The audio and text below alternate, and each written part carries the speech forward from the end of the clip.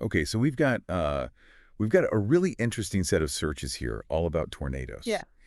And we're calling this a deep dive Right. because we're going to try to go deep on what these searches are telling us Yeah. about how people are reacting to, the threat of a tornado. Yeah. And maybe even how we look for information in general during a weather emergency. Yeah. And I think one of the things that really stands out to me is just how many of these searches are for really specific places. Like, Yeah. we see Lake City a bunch of times, Monnet Bay, Jonesboro, Truman, all these places in Arkansas. Yeah. And then, of course, Nashville keeps coming up, too. Yeah, like Lake City Right, exactly. Lake City tornado. Yeah, so it seems like people are really focused on what's happening in their immediate area.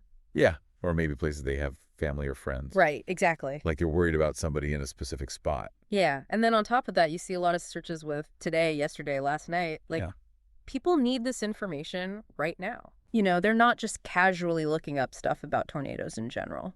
It's very urgent and immediate. Exactly. And that makes sense when you think about, if there's a tornado warning, Right. you need to know what's happening right now. Right. And we see that even more when we look at the types of searches. Yeah. Like you said, some of them are really broad, like Arkansas tornado or tornadoes today, just kind of getting the big picture. Mm-hmm. But then we also see things like wedge tornado, which is a very specific type of tornado. Right. And pretty scary one. Yeah, for people who don't know, a wedge tornado is it's huge. Yeah, it's massive. It's wider than it is tall. Yeah, it's one of those where you just know, something bad is happening. Yeah, you don't want to mess with the wedge tornado. Nope. And the fact that people are searching for that specific term means... They know what they're dealing with. Yeah, it means they're aware of this really dangerous phenomenon. Yeah. And they want to know more about it. Right. And then you've got all those searches for real-time tracking. Yeah. Tornado Tracker Live. Yeah. Where's the tornado now? Tornado Map Live. Live weather, all that stuff. Yeah, it's like people are glued to their phones or their computers, just trying to stay on top of what's happening. Mm-hmm. Yeah. And it makes you wonder if that's changing the way we think about severe weather. Uh-huh. Are we relying more on these live tracking tools than we used to? Yeah. I mean, think about it. Back in the day, you had to wait for the news on TV or the radio. Right. Now you've got all this information at your fingertips. Instantly. And that's got to have some kind of impact. Right. And, of course, we also see searches for tornado warnings. Yeah. Which just emphasizes how important those alerts are. Right. And then once the immediate danger is passed, people want to know what happened. Yeah, we start to see searches like tornado damage today. Right.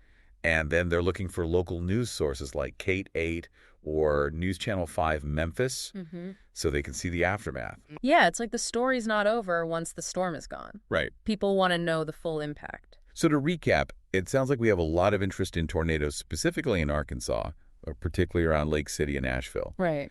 And people want real-time information to stay safe. Yep. And then they want to understand the damage after the fact. That's it in a nutshell. So what does all this tell us about how we deal with these kinds of events in the digital age? With all this information available instantly, are we better prepared, or does it create new challenges? That's something to think about as we wrap up this deep dive. Thanks for listening. Thanks for having me. Today is your lucky day. Today is the day that our $3 website works for you, paying you directly to your PayPal daily. Imagine $3 ongoing continuous payments to your PayPal account. Imagine falling asleep and waking up to $300 in your PayPal account. How would this make you feel? How could this help you? What bills could you pay? What kind of fun could you have?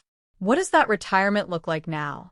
All for a one-time payment of $3. This website is DFY done for you, fully built and completely hosted, and never stops collecting payments for you.